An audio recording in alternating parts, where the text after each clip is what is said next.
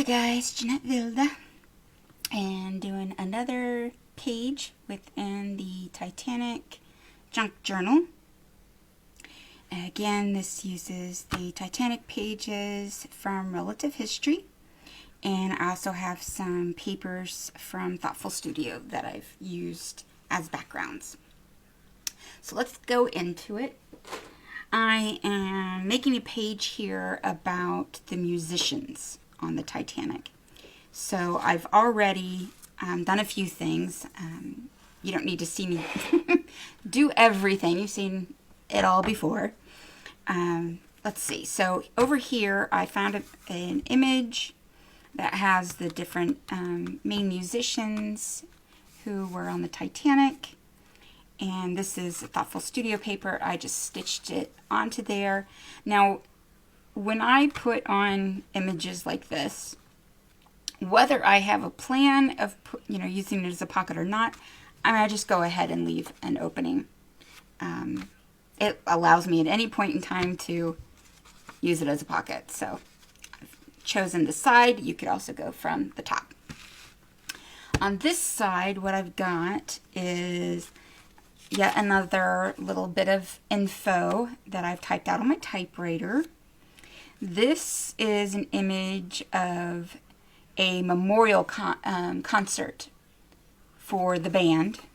Like that. I found this on Flickr Commons. Flickr, as you know, or probably know, it's an image library.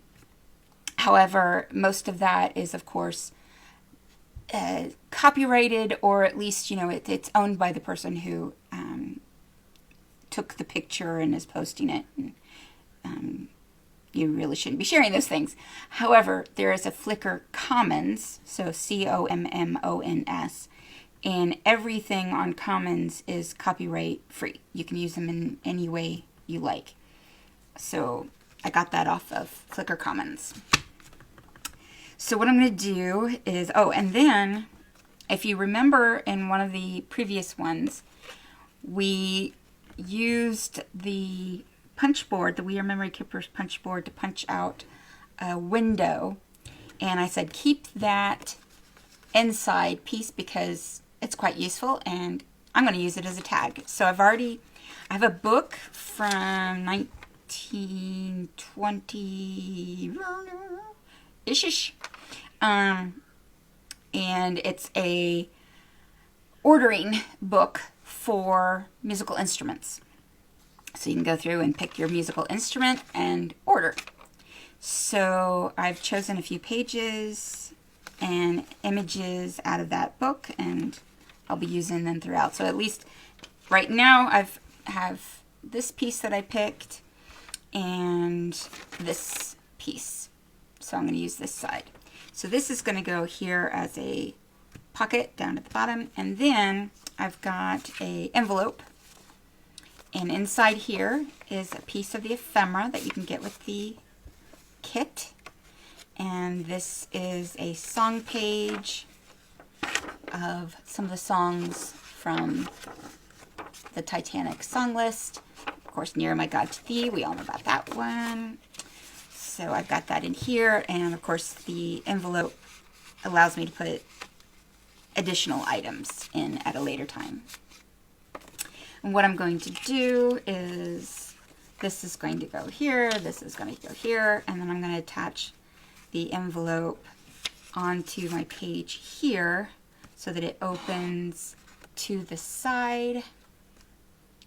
And then I'm going to cover up the flap with this image just so that it's not ugly. I might put a piece of washi tape or something down the side here as well. We'll see. I haven't quite decided that yet, but obviously I'll do that. Now the piece though, so these are all things that you don't need, I don't need to go through how I do that or anything. However, I will say that when I put an envelope that's going to go off to the side, what I do in order to glue it on is, of course, put a piece of paper here, sorry, I'm off the screen, down under the flap, glue it so that, you know, you can get it edge to edge. Then what I do is butt it up against the side where it's going to go, so it's even with this. And I'm sorry if this is flaring out, but unfortunately I have to have it do that in order for it not to flicker. But hopefully you can see this. And so I just butt it up against where it's going to go, and then hold it in place. And of course you want to hold that in place as well, so maybe some post-it tape or some washi tape to hold everybody in place so they don't move around, and then close it. This will ensure that it will lay flat when it opens, because you can see if I have it here and I've glued it all down, you run the risk of it catching depending on how thick it gets, and I've had that issue. It can catch and not lay flat. You don't see it as much when there's not as much in here, but it does. You can actually, I can see it when I've got it held down. It's puckering just the tiniest bit, but so I like to put it right to the edge, and then that allows me to know that it's going to lay flat when it flips out. But the piece that I wanted to show you is this little guy here. I think I did this, a little bit of this in one of the other ones, but what I want to do is, I've got a little piece of fabric, and I got a stamp of a violin, and I want to stamp the violin onto the fabric. And then I'm going to have this right up here. Now, I want to then, you know, stitch around the fabric. I could put it right onto the music paper, so I'm using one of the pages in the book that has the music paper for obvious reasons. I could stitch that right to the paper, but I don't want to see it on the other side, and this is pretty thin paper.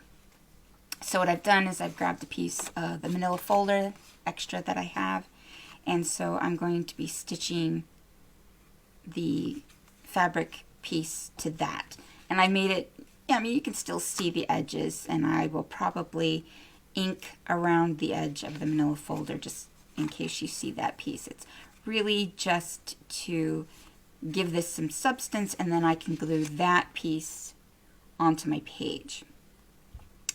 So I'm going to do that real quick, and then I'm going to show you what I'm going to do next. So, be right back.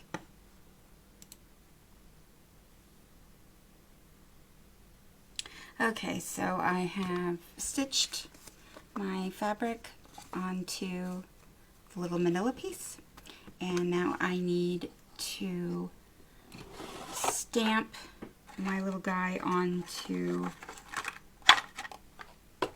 so let me get, whoop, went flying.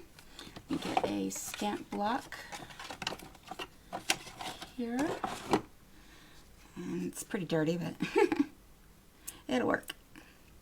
Alright, now the one thing to know is when you're stamping on fabric, it is not going to come out clean. It will not be, you know, all of the detail that you see in the stamp is just not going to come out. You will not see all of that. Just because there is so much variation in the grain of the fabric. Now you could use something like a Misty. That could help to, if you really want it to be really perfect, and then you could over and over, but I kind of like the look of the it kind of gives it a distressed look, if you ask me, not having it all there. And one thing I'm going to do before I do that is grab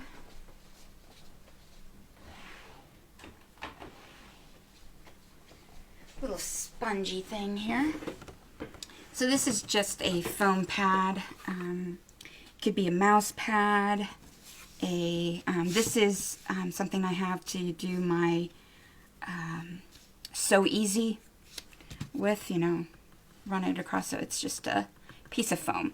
And what that's going to do is going to give me a little more bounce, and, push into the fabric. It's just going to make it just a little bit more likely that I'm going to get a decent. All right, here we go. It's still not going to be perfect.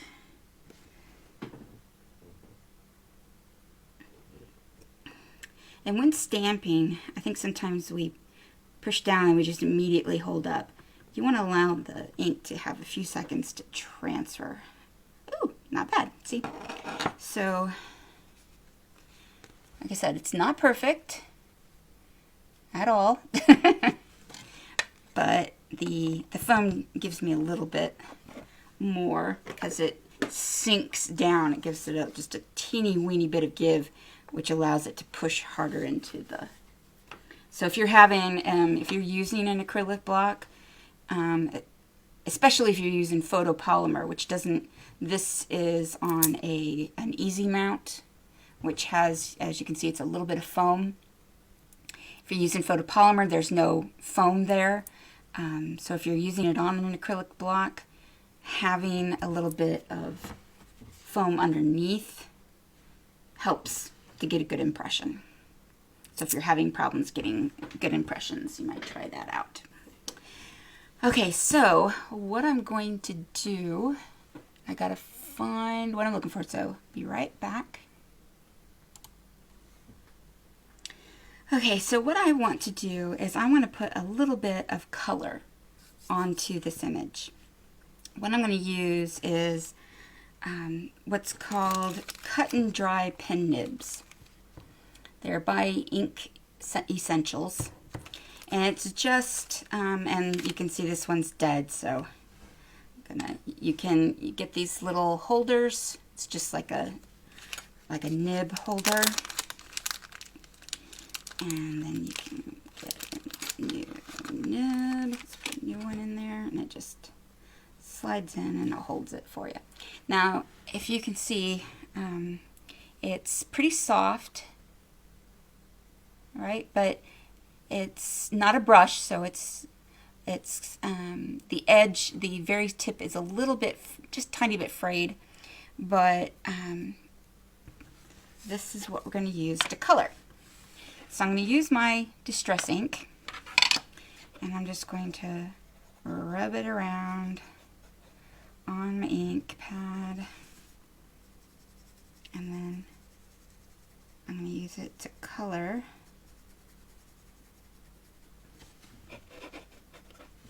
onto, and you can see these are not, they're not going to give you precision because they just kind of fall apart almost immediately upon using. What you can do is snip off the edge if you want it harder, which I do. Okay, I just want it a little bit harder so that I can get a little more precise. And so I'm just going back, getting a little more color, and then going in and coloring that. And all that's doing is just giving me a really subtle look of color.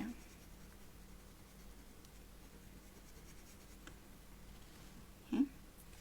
And what I'm going to do is I'm going to switch to my walnut stain just to give a difference of color for the other pieces.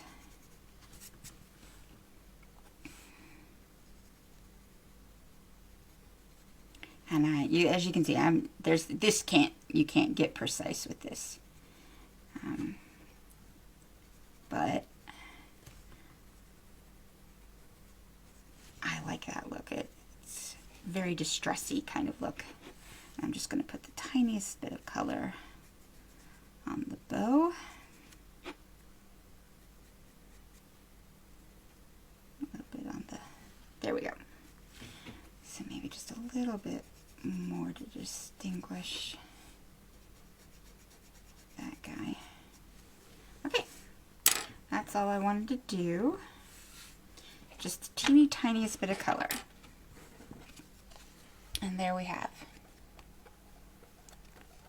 Oh, there. Hopefully that's easy to see. Very, very subtle.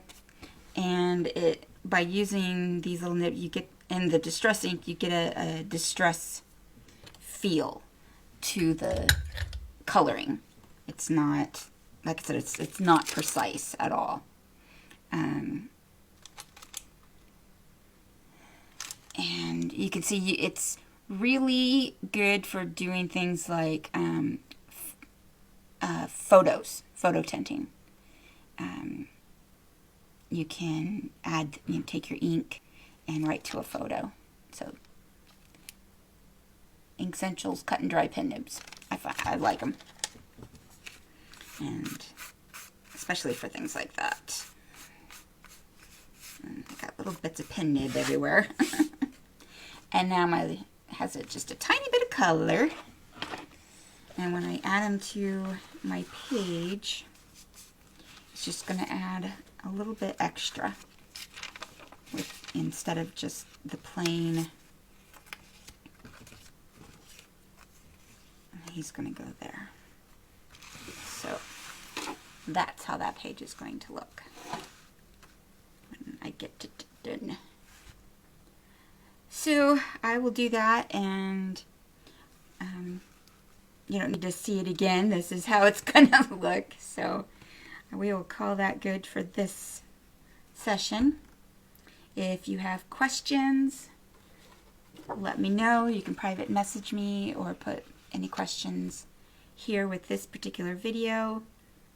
Again, Relative History, the Titanic collection. Wonderful, wonderful collection, and all the little memorabilia that you can get. There's more than what you see on. I keep showing you this page, but there's way more than what you just see here that you can get through Relative History's site. And of course, I love the patterns on the Thoughtful Studio pages. They're going really well with all of this. So we will see you next time. Hope you're enjoying this. Again, comment if you have questions, or just to tell me this isn't boring. All right. We'll see you next time. Bye-bye.